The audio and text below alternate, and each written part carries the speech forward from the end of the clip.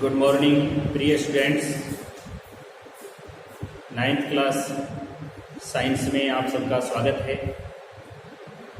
मैं कल आपको बता रहा था कि हमने 100 ml का एक बीकर लिया और 100 ml के बीकर लेकर के उसमें पानी से आधा भरा। मेरा क्या टॉपिक था, हमने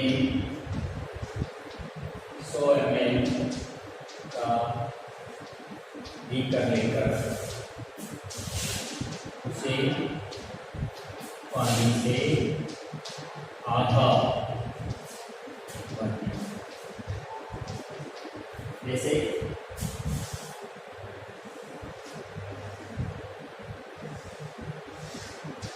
ये 100 ml का बीकर है,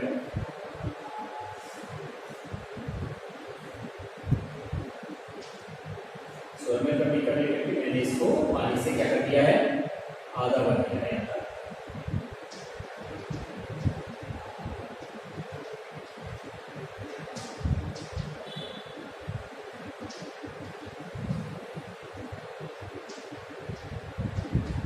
सोयाबीन का बीकर लेकर इसे पानी से आधा भर दिया। अब मैं क्या कर रहा हूं, आधा भर करके इसके मैंने यहाँ सामने रख दिया है। यहाँ पर पानी का भरा हुआ है जल।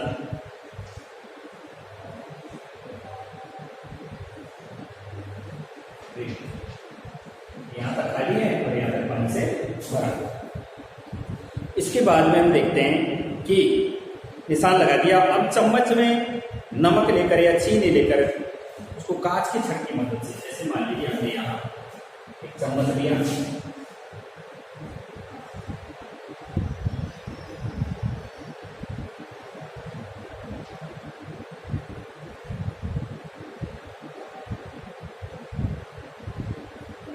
और उसमें अपने नमक लेकर या चीनी या नमक इसे लेकर के इसमें डाला और हमने क्या किया, कांच की छड़ से इसे घोल दिया।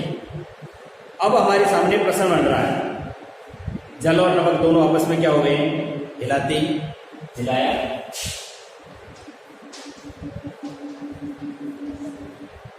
जल और नमक इसमें क्या हो गया, नमक या तो नमक ले लो, नमक का सूत्र होता है NaCl और चीनी का सूत्र होता है C12H2।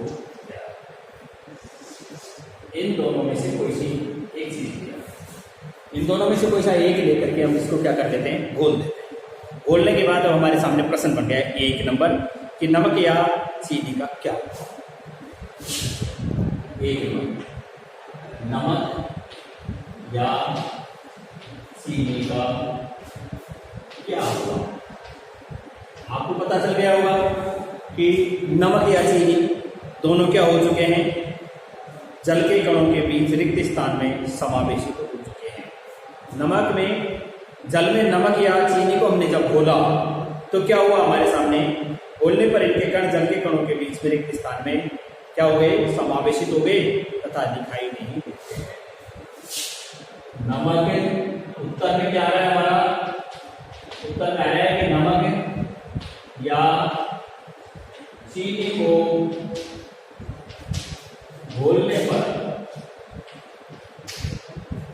उसके कण जल के कणों के बीच में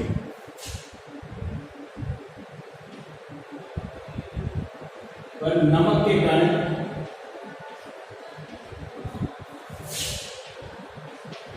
जल के कणों के बीच में समावेशित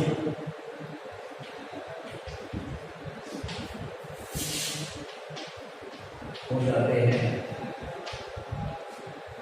नमक या चीनी को घोलने पर नमक के कण या जल के कणों के बीच में जो खाली स्थान थी, रिक्त स्थान था, मिट्टी का एक ढेला लीजिए और उसे पानी से भरे गिलास में डाल दीजिए, बुलबुले निकलते हैं, देखते हो कि खाली स्थान है, उनके बीच में वायु पाई जा रही है ना। तो उसी प्रकार से जल के कणों के बीच में जो खाली स्थान था, मैंने आपको कल ठोस, द्रव और गैस की परिभाषा दिखाई थी, इसमें भी लिखवाया था कि रिक्त स्थान में समाहित हो जाते हैं और हमें दिखाई नहीं देते हैं तथा NaCl दिखाई नहीं देता। समावेश हो गया। अब प्रश्न नंबर 2 बन गया, क्या जल के स्तर में कोई बदलाव है? जो मैंने ये निशान लगा रखा है जल का जो था यहाँ उसमें, तो प्रश्न नंबर 2 आ गया, क्या जल के स्तर में कोई बदलाव आया है? जल के स्तर में कोई बदलाव आया नहीं। क्यों? क्योंकि पदार्थ के ये कण अत्यंत छोटे होते हैं, है ना, और उसमें समावित हो गए। तो यहां पे लिखेंगे उत्तर में नहीं, जल के स्तर में कोई बदलाव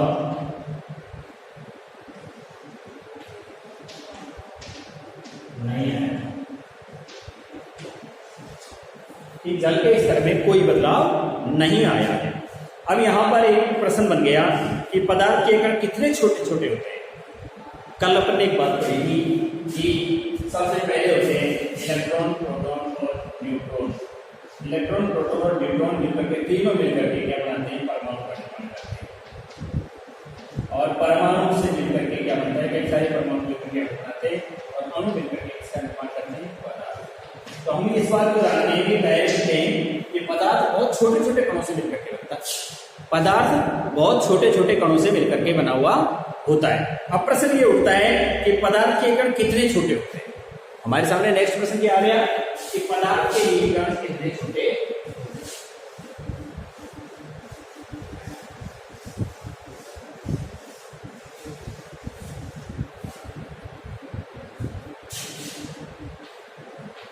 पदार्थ के ये कण कितने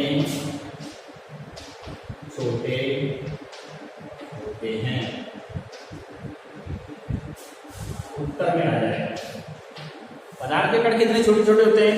अब हम कहेंगे पदार्थ के कण अत्यंत छोटे होते हैं, और इसके लिए अब मैं आपको एक क्रियाकलाप करके बताता हूँ। प्रश्न आ गया कैसे कि 100 ml पानी को एक बीकर में लेकर उसमें 2 या 3 क्रिस्टल पोटेशियम परमैंगनेट डाल देते हैं।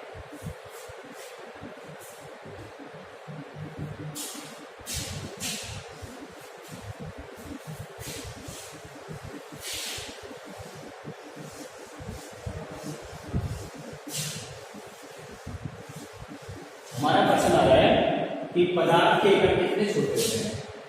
पदार्थ के ये कण कितने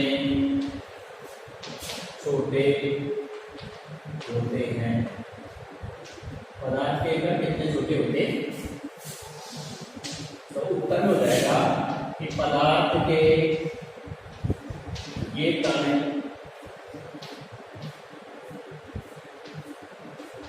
अत्यधिक छोटे होते हैं। कैसे होते हैं पदार्थ के कण? अत्यधिक छोटे होते हैं। इस क्रियाकलाप को करने के लिए हम 100 ml पानी को एक बीकर में लेते हैं। जैसे मान लीजिए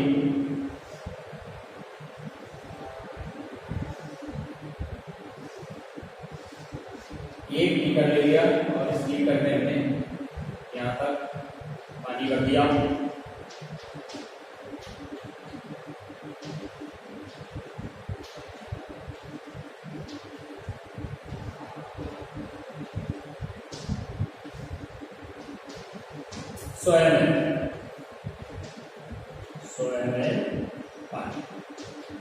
सोयाबीन पानी भर दिया, और सोयाबीन पानी भर करके अब उसमें हम क्या कर रहे हैं, उसके अंदर 2 या 3 क्रिस्टल KMnO4 के डाल देते हैं। 2 या 3 क्रिस्टल KMnO4 या इसका क्या नाम है? KMnO4 का पोटेशियम परमैंगनेट। इसे पोटेशियम परमैंगनेट या लाल दवा भी कह देते हैं। कई नाम हो गए, लाल दवा हो गया, पोटेशियम परमैंगनेट हो गया, है ना, KMnO4 हो गया। इसका सूत्र हो गया तो KMnO4 के 2-3 क्रिस्टल डाल देते हैं। क्रिस्टल किसे कहते हैं? निश्चित ज्यामितीय संरचना वाली जो आकृति होती है उसको क्या कहते हैं? क्रिस्टल कहते हैं। डाल दिया। अब क्या कर रहे हैं? अब इसको डाल के हम घोल बना रहे हैं। पोटेशियम परमैंगनेट अल्कोहल का घोल क्या बना दिया? घोल बना रहे हैं। 2-3 क्रिस्टल डाले 100 ml पानी के अंदर और इसका क्या बना दिया हमने? घोल बना दिया। अब क्या कर रहे हैं? अब इस घोल से 10 ml घोल निकाल करके इसे 90 ml जल में मिला दें। अब हमने इसी घोल में से ये दूसरा बीकर है, इस बीकर के अंदर हमने 90 ml जल ले लिया है।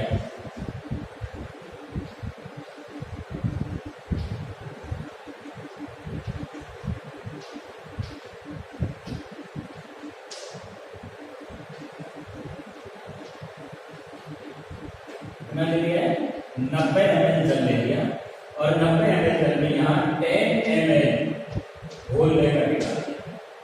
10 ml घोल इसमें से लेकर के इसमें हमने 90 ml में डाल दिया। क्या देख रहे हैं? लगातार इसी घोल में से फिर हमने 10 ml लेकर के डाल दिया। जैसे अब ये 10 ml इसमें से फिर ले लिया और हमने एक बीकर यहाँ लिया, इस बीकर में कोई में पानी डाला,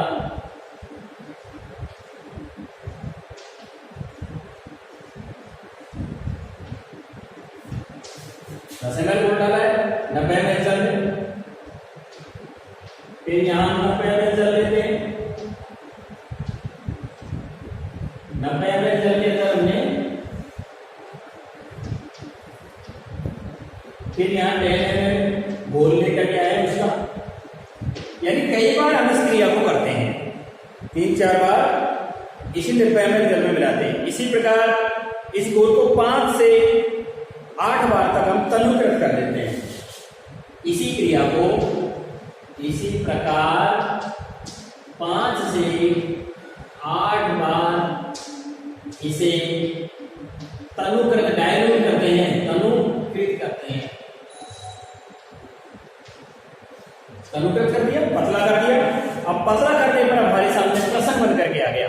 शुरुआत दोबारा से एक बार रिपीट करता हूं मैं आपको, देखिए 100 ml पानी लिया, 100 ml पानी लेकर के हमने उसमें क्या किया? हमको पता लगाना है पदार्थ के कण कितने छोटे होते हैं, इस बात का पता लगाना है पदार्थ के कण कितने छोटे होते हैं। तो पदार्थ के कण बहुत छोटे होते हैं, इस बात का पता लगाने के लिए क्या करते हैं? बीकर लेते हैं, बीकर में 100 ml जल ले लिया, 100 ml जल में हमने 2-3 क्रिस्टल KMnO4 पोटेशियम परमैंगनेट या लाल दवा के डाल दी और इन्हें घोल दिया, लाल रंग का हो गया पानी, विलयन बन गया, घोल बन गया ये। अब हम इसमें से 10 ml घोल लेकर के और ये 90 ml जल का एक दूसरा बीकर है उसमें डाल दिया, फिर इसका घोल बना दिया। इस घोल में से 10 ml लेकर के हमने इसमें 90 ml जल में डाल दिया। ये क्रिया हम 5 बार से 8 बार दोहराते हैं, जैसे 1, 2, इसी तरह से 5 बार इस क्रिया को हम दोहराते हैं। 5 से 8 बार तनुकृत कर दिया। अंत में अब क्या हुआ? हमारे सामने प्रश्न आ गया कि पोटेशियम परमैंगनेट के एक क्रिस्टल में कितने सूक्ष्म कण होते हैं? पोटेशियम परमैंगनेट के, तो प्रश्न क्या है हमारे सामने? प्रश्न आया कि पोटेशियम परमैंगनेट के एक क्रिस्टल में कितने कण होते हैं? 2-3 क्रिस्टल डाले थे ना पहले, तो हमारे सामने प्रश्न आ गया, क्या आया? प्रश्न आया कि पोटेशियम परमैंगनेट के एक क्रिस्टल में पोटेशियम परमैंगनेट के एक क्रिस्टल में कितने कण होते हैं? एक प्रश्न है कि पोटेशियम परमैंगनेट के एक क्रिस्टल में कितने कण होते हैं। प्रश्न का उत्तर आ रहा है पोटेशियम परमैंगनेट के क्रिस्टल में बहुत से सूक्ष्म कण होते हैं। ऊपर में लिखा है अत्यधिक छोटे छोटे सूक्ष्म कण होते हैं और ये कण भी अत्यंत छोटे कणों में एक सीमा तक विभाजित किए जा सकते हैं। तो उत्तर हो जाएगा हमारा कि पोटेशियम परमैंगनेट के क्रिस्टल में बहुत से सूक्ष्म कण होते हैं। पोटेशियम परमैंगनेट के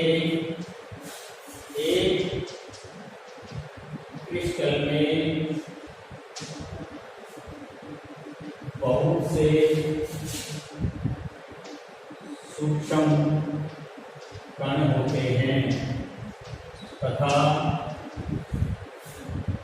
इन्हें क्या कर सकते हैं, ये छोटे छोटे, इन अत्यंत छोटे छोटे कणों को एक सीमा तक ही लिया जा सकता, इन अत्यंत छोटे छोटे कणों को एक सीमा तक ही विभाजित किया जा सकता है। जैसे आठ की बात ले जाएंगे, हम देखते हैं कि पानी बिल्कुल हल्का सा रेड रह जाता है, हल्की से लाल रंग में दिखाई देना शुरू हो जाता है। क्यों? हमने बार बार उसको क्या है, एक सीमा तक विभाजित किया है। जल के रंग के बारे में आपका क्या डिस्कस निकला बताओ? जल के रंग के बारे में आपका क्या विचार है? नंबर 2 प्रश्न आया हमारा कि 8वीं बार के बीकर में जल के रंग, 8वीं बार का जो बीकर था, जल के रंग के बारे में आपका क्या निष्कर्ष है?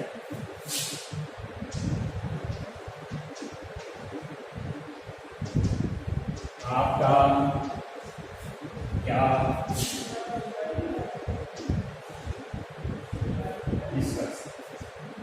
क्या डिस्कस रहेगा 8वीं बार के कि जल का रंग धीरे धीरे हल्का होता जाता है, फिर भी ये रंगीन तो रहता ही है। तो उत्तर हो जाएगा अत्यधिक तनुकृत करने के पश्चात भी जल का रंग धीरे धीरे हल्का होता चला जाता है। धीरे धीरे हल्का होता जा रहा है, लेकिन फिर भी यह रंगीन ही रहता है। लेकिन फिर भी यह रंगीन रहता है।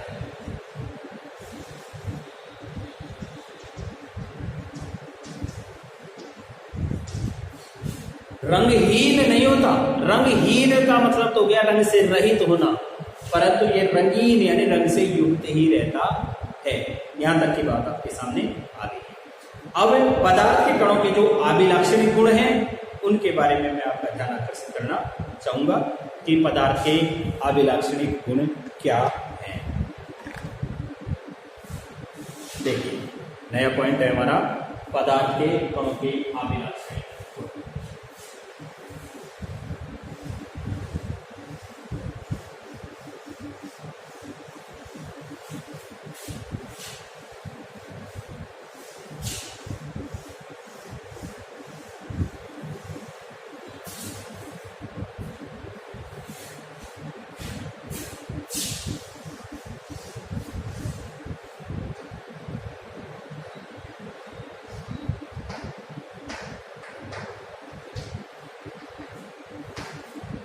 पदार्थ के कणों के कौन से गुण अभिलाक्षणिक?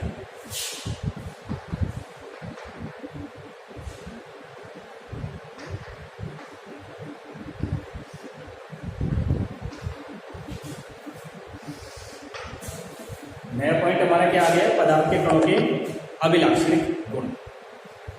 आपने नमक के द्वारा और पोटेशियम परमैंगनेट के कणों के रूप में 2 क्रियाकलाप देख लिए, और इन दोनों में आपने ये भी देखा होगा कि नमक का भी पूरे पानी के जो रिक्त स्थान थे जल के कणों के बीच में उनके समाहित हो गए हैं, समान रूप से वितरण हो गया है। उसी प्रकार से पोटेशियम परमैंगनेट KMnO4 के जो क्रिस्टल डाले थे उसके बारे में भी आपने देखा होगा कि पोटेशियम परमैंगनेट के कण समान रूप से पानी में क्या हो गए हैं? वितरित हो गए। इन एक्टिविटियों से हमको ये निष्कर्ष निकला कि पदार्थ के कणों के बीच में पर्याप्त रिक्त स्थान होता है। इस बात को हम समझेंगे। देखिए कैसे कि सबसे पहली बात कि हमने क्रियाकलाप नंबर 1 व 2 को अवलोकन किया और पाया कि नमक व पोटेशियम परमाणु में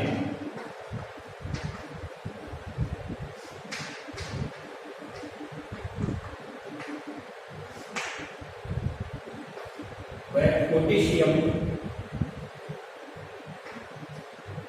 परमैंगनेट नमक और पोटेशियम परमैंगनेट के कण समान रूप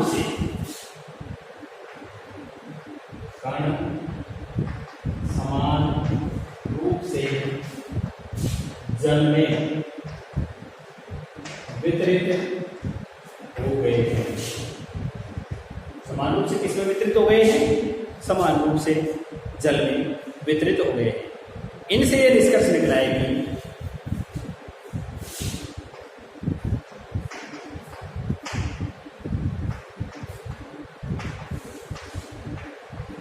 इनसे निष्कर्ष निकलता है कि क्या निष्कर्ष निकलता है कि पदार्थ के कणों के बीच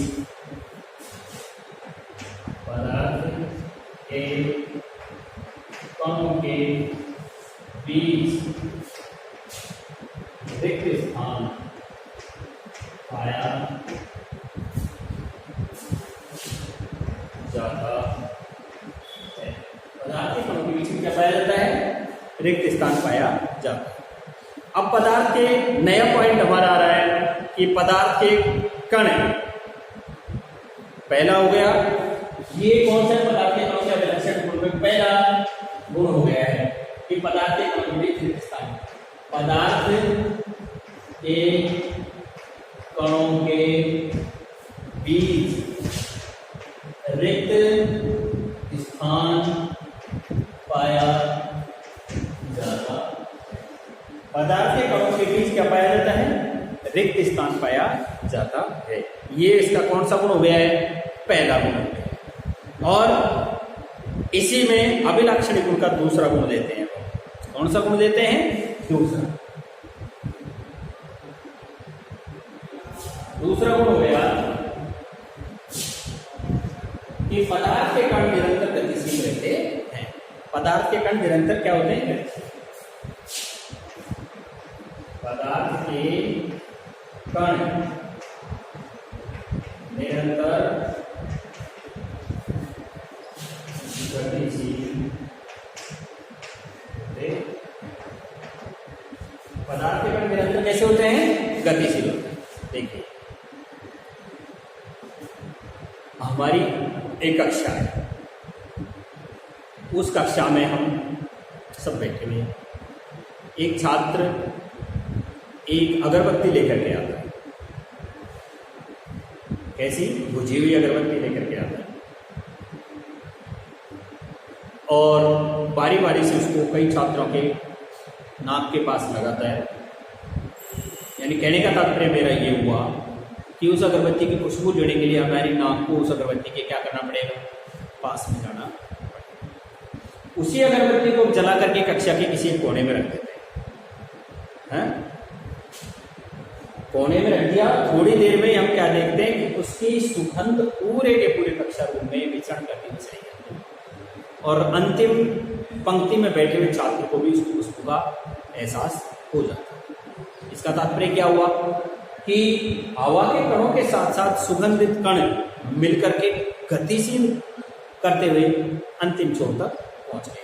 जैसे मान लीजिए ये क्रिया क्या कहलाती है? विसरण कहलाती है कि गैसों का अधिक सांद्रता से कम सांद्रता की ओर बहना होता है। यानी कहने का तात्पर्य एक सेंट की शीशी को यदि मान लीजिए कक्षा के एक कोने में खोदा जाए तो उसकी खुशबू का बह करके हवा के कणों के साथ मिल करके और दूसरे स्थान तक गति कर जाना इस बात को सिद्ध करता है कि पदार्थ के कण निरंतर कैसे होते हैं? गतिशील होते हैं। अब मैं इसके लिए आपको लिख दूं कि कक्षा के किसी कोने में एक बुझी हुई अगरबत्ती रख देने पर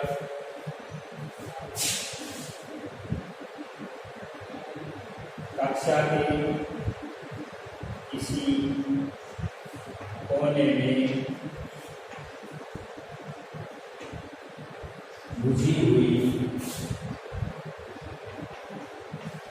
अगरबत्ती रख देने पर उसकी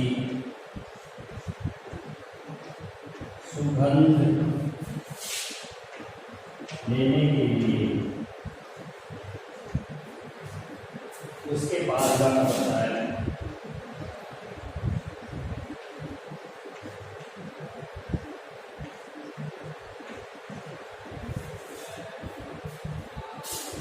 अब यदि क्या करें, यदि यही अगरबत्ती जल रही होती, अब यदि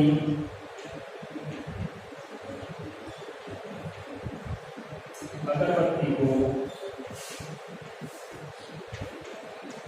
जला दिया जाए तो उसकी सुगंध क्या होगा, उसकी सुगंध दूर से भी आ जाएगी। इस क्रियाकलाप के द्वारा क्या प्रदर्शित हुआ कि पदार्थ का निरंतर है, तो उसकी सुगंध हवा में विसरण क्रिया द्वारा दूर तक फैल जाती है।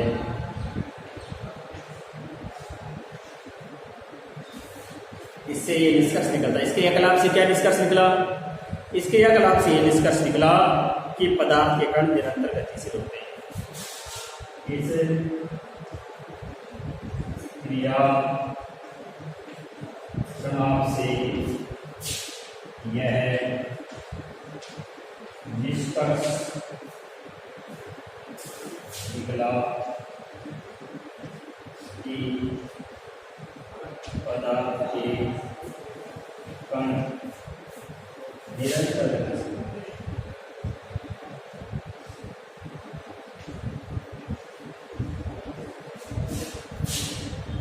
निरंतर कैसे होते हैं, निरंतर गतिशील होते हैं।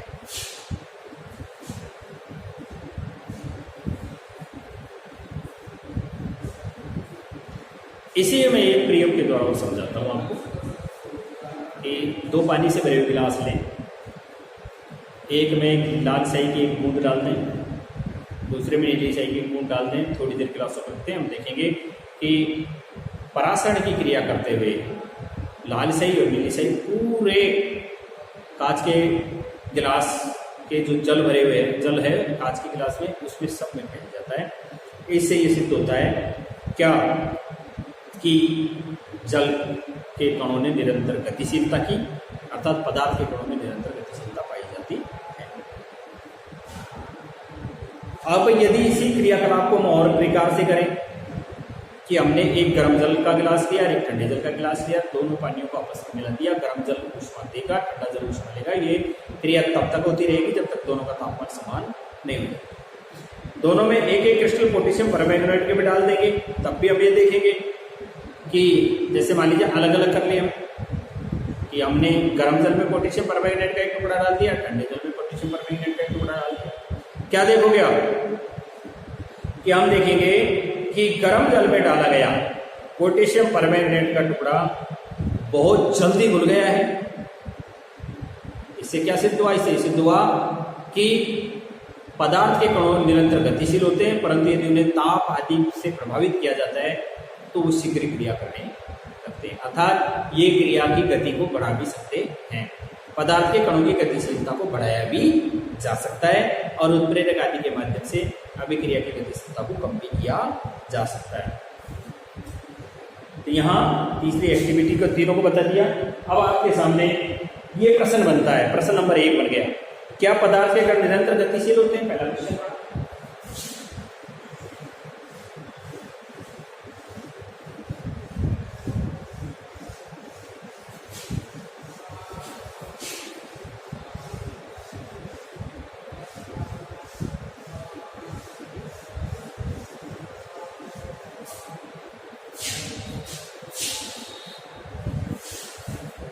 प्रश्न बन गया कि क्या पदार्थ के कण निरंतर गतिशील होते हैं? क्या पदार्थ के कण निरंतर गतिशील होते रहते? क्या आया आपकी समझ में उत्तर अब तक? यहाँ हाँ, पदार्थ के कण निरंतर गतिशील होते रहते हैं। क्यों? हाँ, पदार्थ के कण निरंतर गतिशील होते रहते हैं क्योंकि उनमें गतिज ऊर्जा